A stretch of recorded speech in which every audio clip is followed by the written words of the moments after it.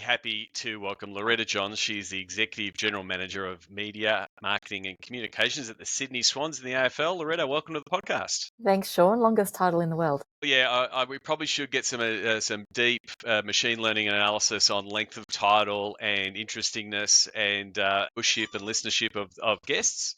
I haven't done that yet, but I have seen longer titles. But really good to have you on the podcast. Like I do with most people, I wanted to ask, how did you get your start in the world of sports business? Well, my background is journalism. So I worked in television and radio in a variety of roles, from reading the news, weather presenting, talkback host.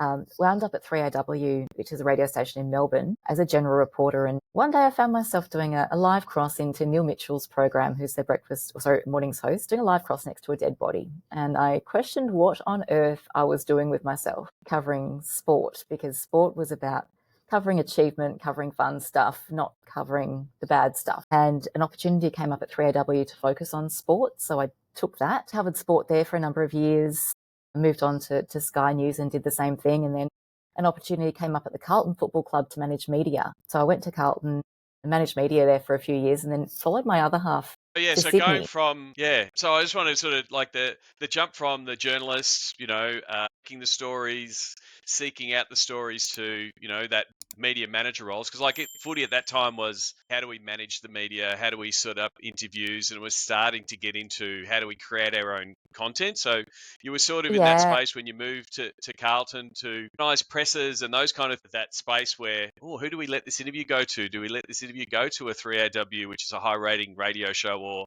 Channel 7, that's the broadcaster, or should we be keeping that to our fans? So were you in that early part, going from a journo to what we call clubland here in Australia, of managing that fine line of, do we go big media or we grow our own media platform? Yeah, absolutely. And so Carlton had a media manager in place for a number of years. Ian Coots had been there for quite a long time. But they'd not long before I started appointed a digital content team. And so Carlton was already creating their own content. It's fair to say when I started there, that probably pivoted a bit more into video, which was a new thing that clubs were doing at that time. Working out, should we give something to members? Should we push it into the newspaper? Should we give it to TV?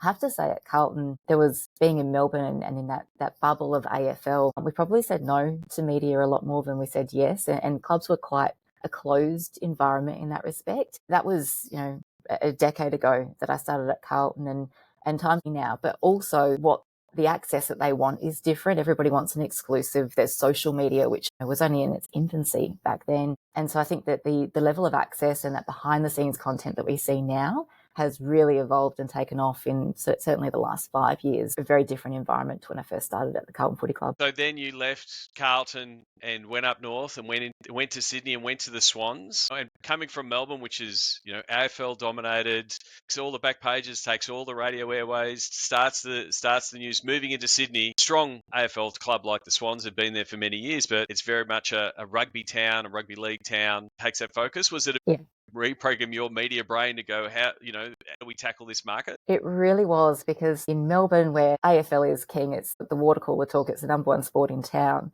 And so you've got, at every press conference or every media opportunity, a bunch of journalists coming to you. In Sydney, it certainly hasn't changed too much since I've been up here, we're knocking on the doors of journalists. It's the other way around, because it's a rugby league town, even though the Swans have been so successful in their time up here. So that was really different. Media covering just the sport up here was really different. And so it was really reframing my thinking in that sense. And then also what makes news up here. Hamstrings and injuries are big news in Melbourne, not so up here. I think there's a need to connect players with the audience in a different sense. It's about the human interest stories, what they might be doing away from footy, what happened on the weekend, who's injured, and so forth. So there's a difference in the two cities in that respect as well. What I did want to do was sort of look at the last couple of years. A lot of sports had a lot of change, a lot of adversity to deal with, especially here in Australia, but the same everywhere else. You sort of felt like we were coming out of things, and the Swans had a terrific year, some really big moments in the year last year. Hopefully, I think a lot of my listeners, especially ones around the world, would have seen an event that was Buddy 1000. Lance Franklin kicking his 1000th goal. It's a rare event. There's only been less than a handful of players that have done that. To discuss with you from a whole team point of view, from a media marketing and comms point of view, what were some of the planning and logistics around that? Because like for a couple of weeks before, it was like, when is he going to kick the goal? Yeah. And he eventually did it. Do you want to sort of pull back the curtain and sort of like what was some of the planning and logistics around when's this moment going to happen? How are we going to capture it? What are the different things that you probably it wasn't just that one week because it was a couple. He could have kicked a bag of goals a couple of weeks earlier and secured it. So what were some of the planning and logistics around and that event just from a pre-game and before it happened event? Yeah, and it was huge. And so the planning had actually started the year prior because he could have kicked the 1,000 the year prior. So the planning had started, and that year I was actually on maternity leave with my second daughter. So I wasn't part of that very first initial stages where my team had certainly pulled together a bunch of content that would play on the big screen and so forth when the moment happened. So we had all of that organised. But then in the early part of last year, we knew that this milestone was coming. So I was back on deck. It's fair to say there was a lot of planning, not only around the content, like what we might do in a media sense, in a content sense on our social media channels, in stadium and so forth. There was a security plan as well. And so I was part of those conversations too. What would happen if fans ran onto the field, which we expected probably would happen because we'd seen it here at the SCG with Plugger. And what would happen to our players? How would we get them off the field? How would we clear the field? And then it depended a lot as well on when this moment occurred, because should it occur in the last minute of a match,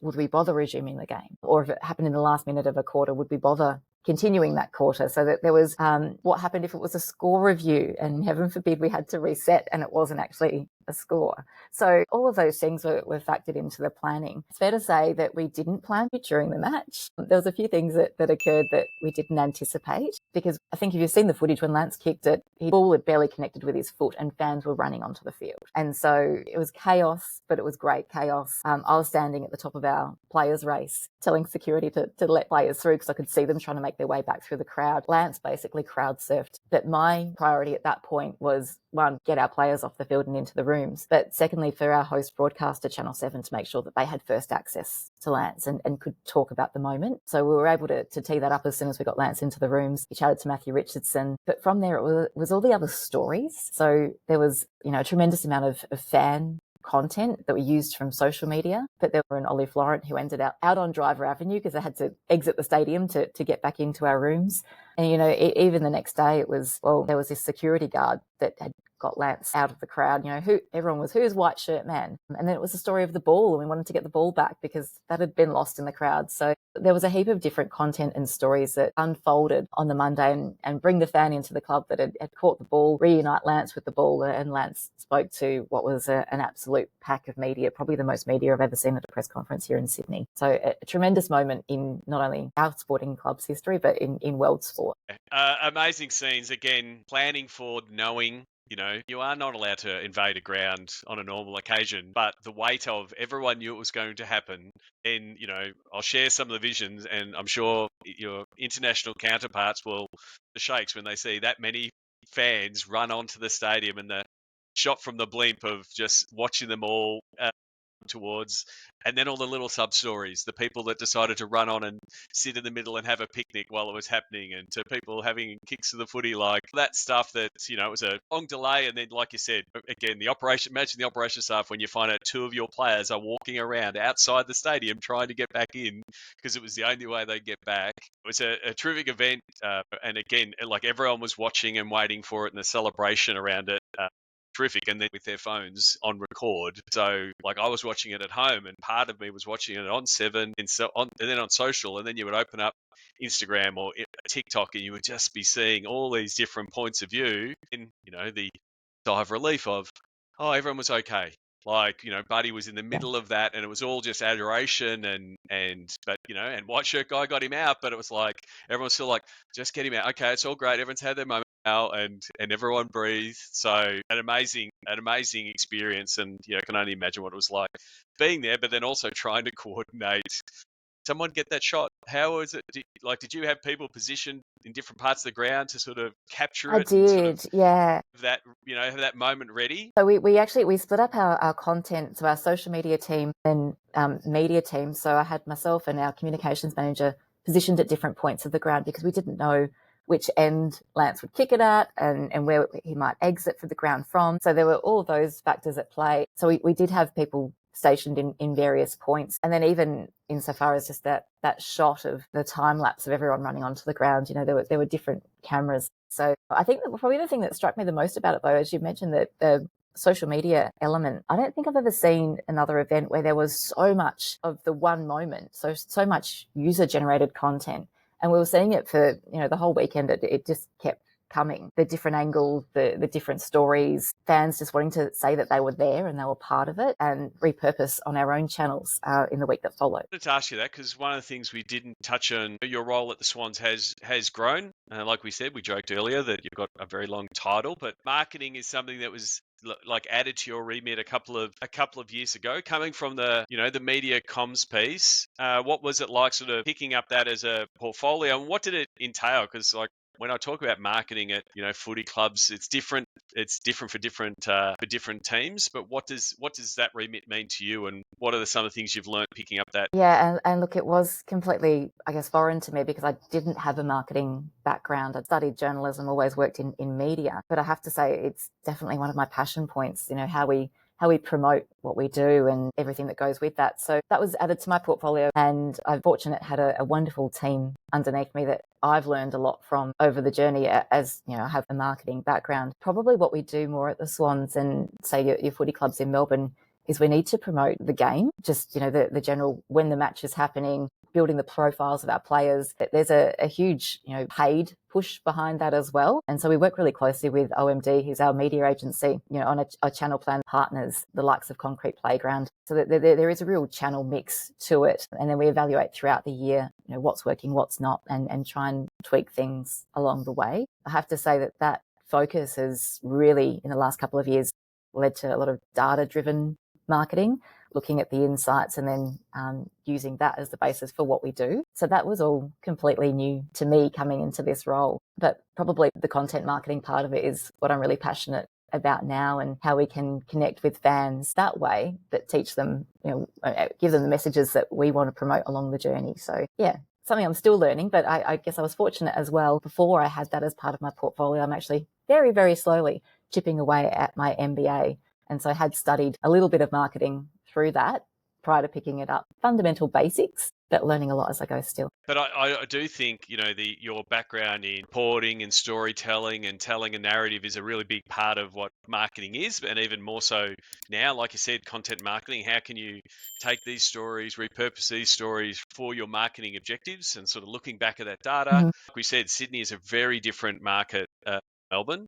I think the Swans have done a terrific job in marketing the message of Melbourne. We're also working with your team from a membership point of view to go, what should the product mix look like in Sydney, and how does it fit for the Sydney market? We've been working with your team, the team that manages membership, and developing that product, and then you're looking to market it, and you've sort of looked at that product mix going forward to sort of better fit for the Sydney market. Can you talk to that a little bit about like what they're driven by, both the data, but then also what the Sydney market wants? Yeah, so I've worked really closely with Natalie Fagg, who's our Executive General Manager of Consumer. And Nat's team really does set that product mix. And what we have seen over the last few years, especially coming out of COVID, is that committing to an 11-game membership might be a bit more of a stretch for some people because there's been so much uncertainty.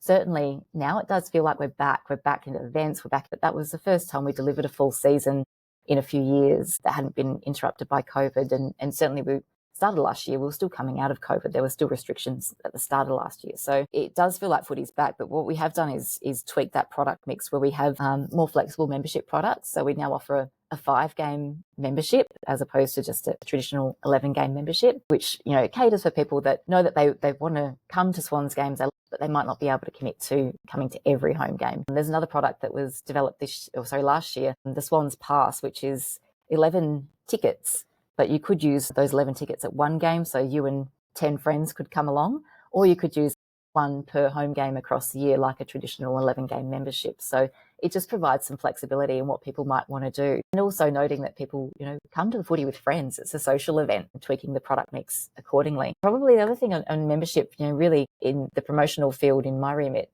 we've just looked at we'll cut a new television commercial for this year. One of the things I'm really conscious of doing is reframing that perception of what it means to be a member. I think there has been a perception that to be a member of a footy club, you have to be head to toe in club colours. But the reality is that they have jobs, they have interests outside of footy as well. So we've just cut a new TVC with Red Engine, Channel 7's agency we've been working with, to show Sydney Swans members, which, are women doing yoga at the beach, families in the park kicking a footy, people in the pub after work having a beer on their way to the footy, that people that look like you and I that might just have a scarf on, but they're proud to show the club colours still through is how we reframe membership so that people can really see themselves as members. And so our new television commercial, which is on air at the moment, is the start of that journey. Just helps you widen the net to both as an experience and an entertainment option for people to come to a Swans game, and that pass idea, because have that advocate that does sleep in their red and white and they do want it, but they do want to bring their friends. And so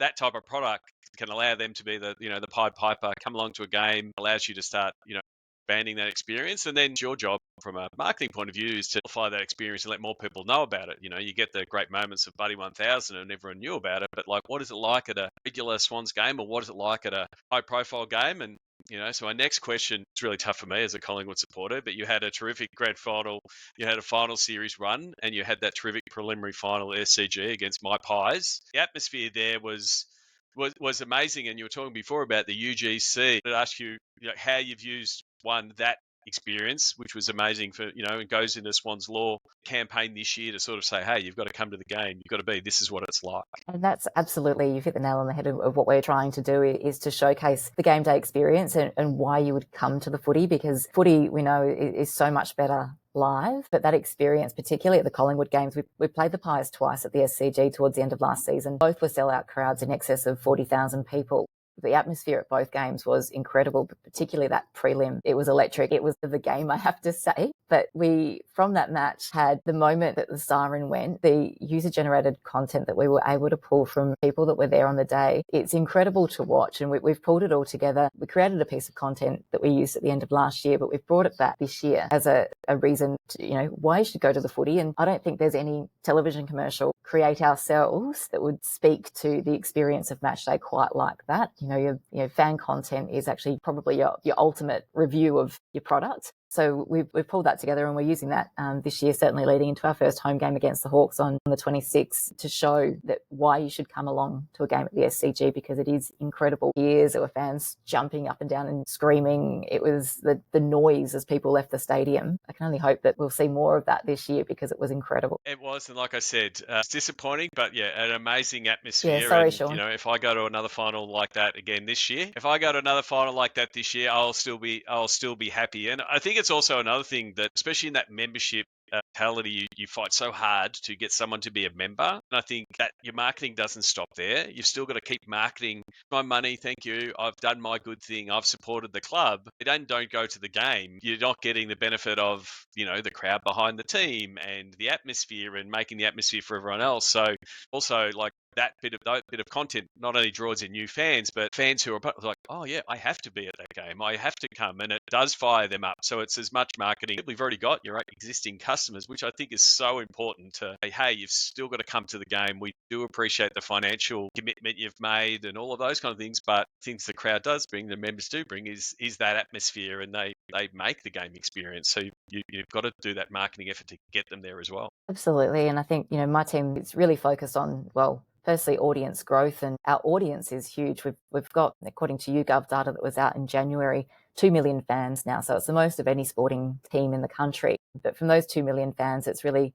getting fans to come along to the game, and then getting those who are coming along to the game to become members. And as you say, also reminding our members to come along to the game. So, that's what my whole team is really, whether they're focusing on that through media or through social media on our own channels or through our website, or through our comms to members through EDM. It really is a concerted effort across all of those metrics to drive audience growth, which ultimately leads to more members and more attendees at our home games. The thing I did want to ask you was International Women's Day a few weeks ago. Recording this, I wanted to ask you, you've been in the industry a long time from a media point of view, then working in Clubland and now been at the Swans. You found that it's changed, and what's some of the work that you've done at the Swans to sort of that change happen? Yeah, it's changed a lot. So I started covering footy as a journo, and back then there were a few female sports reporters, the likes of Tiffany Cherry, Angela Pippos, Kelly Underwood, but there weren't many of us, and certainly not many of us on the day-to-day beat going to footy clubs and press conferences. And back in the day, without naming names, there were certain coaches and then probably a couple of didn't want to know about answering a question from a woman. You know, you'd be shut down or made fun of, but they'd answer a question from a male journalist, even if it was the same question, which was immensely frustrating. Thankfully, not everyone was like that, and there were certainly advocates and some wonderful men that I worked with in the industry back then too. Fast forward to my time at Carlton, and there's a lot more women working in footy by that point. They're not in senior roles. And then, you know, fast forward to my time at the Swans, and when I started here, 50% of our executive team were women. We had a couple of women on the board. More than 50% of our commercial team are women. And then, of course, the advent of AFLW has changed the industry again. So in terms of females working in the industry, sport, but probably any industry, there's always that question mark for women who have careers and are really driven. When and how do I take a break if I want to have kids? And that's been a particularly hard one, I think, in this industry. Our industry is quite demanding. The season's long, and you're working weekends. It's not necessarily the most family friendly of roles. So what we've done at the Swans and some of the work I'm really proud to have been part of, the Diversity Action Plan and the empowerment of women was one of the key pillars of that plan. As part of that plan, we launched a Youth Girls program to provide a pathway through our academy system to create, I guess, a way that young female athletes could then eventually join a Sydney Swans women's team, which we knew we were building for, but that didn't have in 20, adopted a paid parental leave policy and a flexible workplace policy. And what that has meant is that right across our business, we've seen, I wouldn't know how many it is now, but a lot of women take a break to have kids, be able to come back to the workplace and, have flexible hours and be able to work from home. And really, we've created an environment that makes it much easier to take that break from your career and come back. And I think what that's done is really foster, one, a really loyal workforce, but also ensure that our workforce remains diverse. So, benefits for the club, benefits for the staff that are here. And then we've just moved into a brand new facility at the Royal Hall of Industries, which I have to say is incredible. I mean, we have a studio space. I'm in the studio space at the moment. We've never had a dedicated studio in my time at the club. One of the other things we've got at the club now, though, is a creche, which is a workspace that's designed for kids and it's happened a bunch of times. I can do that. And there's a space where I can work and they can be, and there are toys and there's a TV and there's kid-friendly places where they can go and get themselves some water. So that is a game changer again. So I would love to see more workplaces, particularly in sport, going down that path and really embracing having women on staff, but then recognising that women don't just have careers, they're mums as well, and making that transition much easier. And I guess, there's no guessing about it. Like the point you make around talented staff being to make a decision around whether they continue their careers because they're looking at a family or they've had a family, like sport is a loss when those women walk away from the game or the sport or the industry because they're not supported in that space, and brain drain and talent loss and staffing issues across the industry that we really can't afford it. So, Loretta, how much do you think setting up that diversity action plan helped Swans get ready for their entry into AFLW and sort of set the foundation for what you want to do, entering AFLW, right infrastructure in place? Yeah, absolutely it did. So we that diversity action plan was guided by a committee, and some of those same committee members were part of our steering committee for AFLW. Back when the AFLW launched, our club made a conscious decision not to apply for a licence. Then we actually did a lot of work in putting together a proposal of how we might make it work. But we were really hamstrung by facilities at that point in time. Our old facilities at the SCG, we'd well and truly outgrown them. And the Royal Hall of Industries was already on the horizon, but we knew it was a couple of years off. So we made a decision that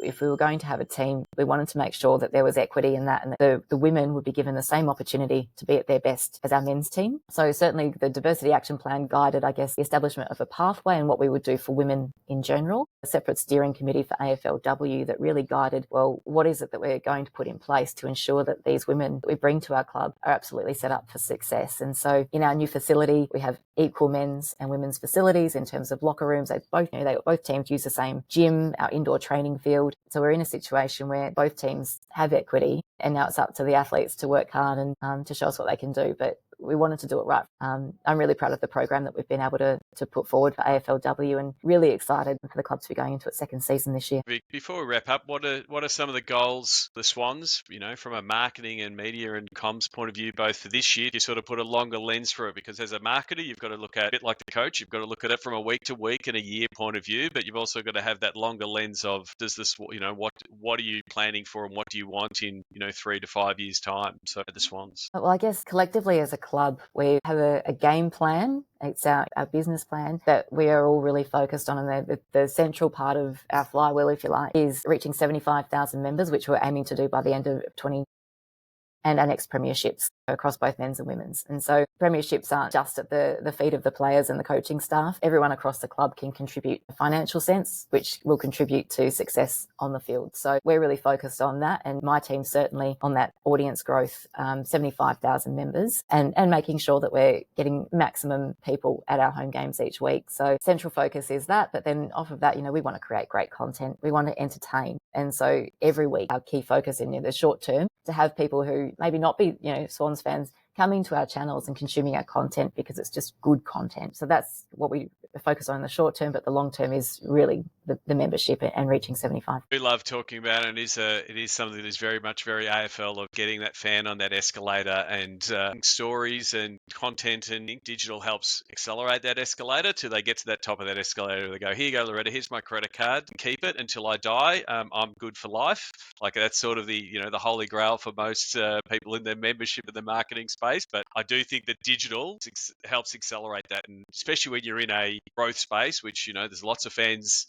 Sydney, and I did like Javier's, he used the phrase fans in waiting. They don't know they're fans yet, but we're going to bring them into our ecosystem. I wanted to finish off, Loretta, with the Sports Geek Closing 5. Do you remember the first sports event you ever attended? Well, remember, no, because I would have been a baby. I was born into the Norwood Football Club. So I was born into a red and blue jumper. Norwood Football Club, for your listeners who don't know, is an SANFL team. Long history, a lot of premierships, but my whole family were mad Norwood supporters. So my earliest memory of being at a Norwood game, I would have been maybe 2 years old, and it was Norwood Port, they were arch rivals in the SANFL, still are, and I'm still a member, still love it. There have been a few sports events in your time. Do you have a favourite food memory or a go-to food when you're at a sports event?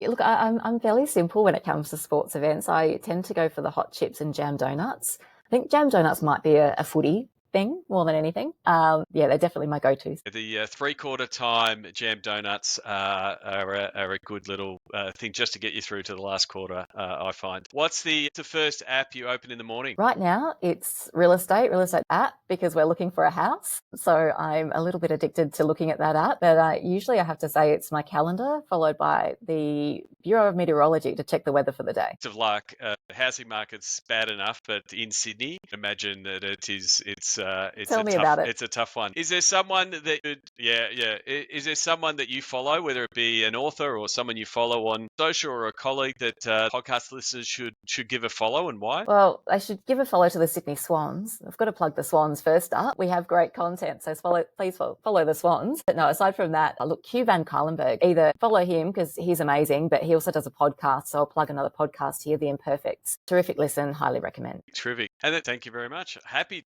cast recommendation is a problem, and finding podcasts. I'm always happy for people to recommend podcasts. I'm always asking people podcasts to listen to. So lastly, what social media platform is your MVP? And so you can answer that personally. It's your go-to platform, but then also it's a platform that's in goals for the Swans. Personally, I try to spend as little time as possible on social media. I'm mostly looking at Swans' own content, but I personally use Instagram more than anything. I love the platform. That's probably, if I'm going to open one, it will be Instagram. But from a club perspective, really interested in TikTok and what we can do with that. It's our fastest growing social media channel. We've been working directly with a number of content creators, and I'm really interested to see where that will go, because I think it has huge potential to engage a new audience and a different demographic than perhaps following our other social platforms. So TikTok's my MVP from a club perspective at the moment. And Loretta, if someone has listened to this podcast, want to reach out and they want to say, terrific, really enjoyed it, what's the best place on the internet they could find you and reach out?